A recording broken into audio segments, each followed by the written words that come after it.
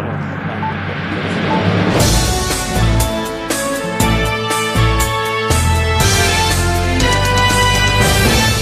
Swiss vision நேயர்களுக்கு இனிய காலை வணக்கம். நீங்கள் பார்க்கவிருப்பது இன்றைய முக்கிய செய்திகள்.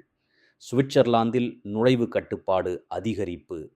புதிய அறிக்கை. சுவிட்சர்லாந்தின் கூட்டாட்சி பாதுகாப்பு அமைப்பு வெளியிட்டுள்ள புதிய அறிக்கையின்படி கடந்த ஆண்டு நாட்டிற்குள் நுழைய மொத்தம் 614 பேருக்கு தடைகள் விதிக்கப்பட்டுள்ளன. இது முந்தைய ஆண்டை விட குறிப்பிடத்தக்க அளவில் அதிகரித்துள்ளதாக தெரிவிக்கப்பட்டுள்ளது.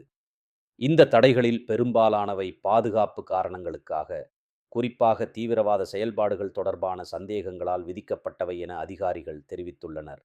வெளிநாடுகளில் செயல்படும் சில அமைப்புகள் குறித்த தகவல்கள் இந்த முடிவுக்கு முக்கிய காரணமாக அமைந்ததாகவும் கூறப்படுகிறது. அதே நேரத்தில் உளவு நடவடிக்கைகள் தொடர்பான வழக்குகளும் கடந்த ஆண்டை விட உயர்வு கண்டுள்ளன. இதற்காகவும் பல நபர்களுக்கு நாட்டிற்குள் நுழைவு மறுக்கப்பட்டுள்ளது. சர்வதேச மோதல்கள் மற்றும் பிராந்திய பாதுகாப்பு சூழ்நிலைகள் அதிகரித்துள்ள நிலையில் பல நாடுகள் குறித்த கண்காணிப்பு நடவடிக்கைகள் தீவிரப்படுத்தப்பட்டுள்ளதாகவும் அறிக்கை குறிப்பிடுகிறது.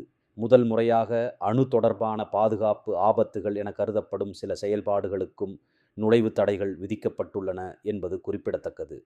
மேலும் ஒழுங்கமைக்கப்பட்ட குற்றச்செயல்கள் மற்றும் வன்முறை தொடர்பான செயல்பாடுகள் காரணமாகவும் பலருக்கு கட்டுப்பாடுகள் விதிக்கப்பட்டுள்ளன. அதே ஆண்டில் சில நபர்கள் நாட்டிலிருந்து வெளியேற்றப்பட்டதாகவும் கூட்டாட்சி காவல்துறை தெரிவித்துள்ளது.